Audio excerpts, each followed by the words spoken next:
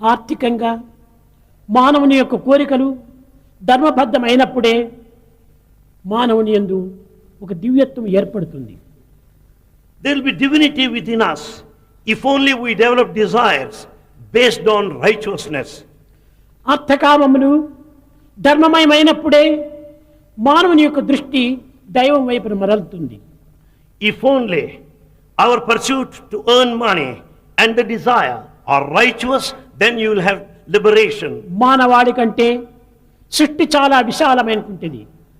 This creation is so vast, more than that of humanity. ఈ విశాలమైనటువంటి జగత్తులో మానవుడు ఒక బిందువు వంటివాడు. A human being is just a drop in this vast creation. కనుక మానవత్వమునకు ఈ సృష్టికిని ఎట్టి ద్వేషము లేదు. Therefore, humanity and creation, they are never contradictory.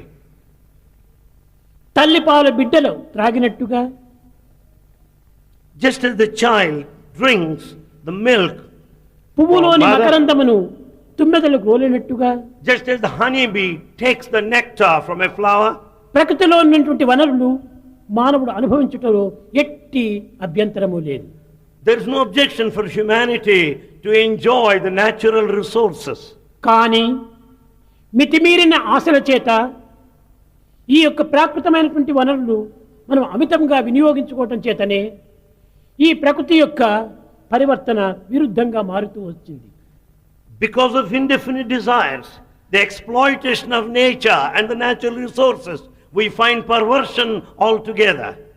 కనుకనే ఈనాడు జగత్తునందు భూకంపములు, ఉప్పెనలు, కరువు కాటకాలు, బాధలు ఇలాంటివన్నీ సంభవించడానికి ఈ భూమిలో ఉండినటువంటి వనరులు మనం అమితంగా గ్రహించడం చేతనే దీని balance తప్పిపోతుండాలి. The causes for earthquakes, the floods and the troubles and problems we are confronting day to day, the main cause is that of exploitation of nature.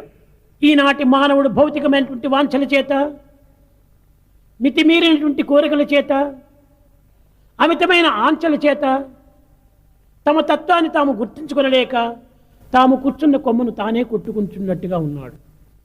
Because man, as he developed limitless desires, it appears as though he is a person sitting on a branch of a tree which he himself is cutting off.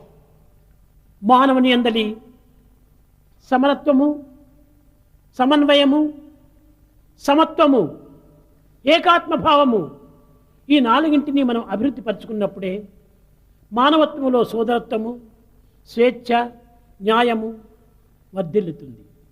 If only we develop this integrity and this equality, the principle of unity, then only you will have fraternity and justice ensured.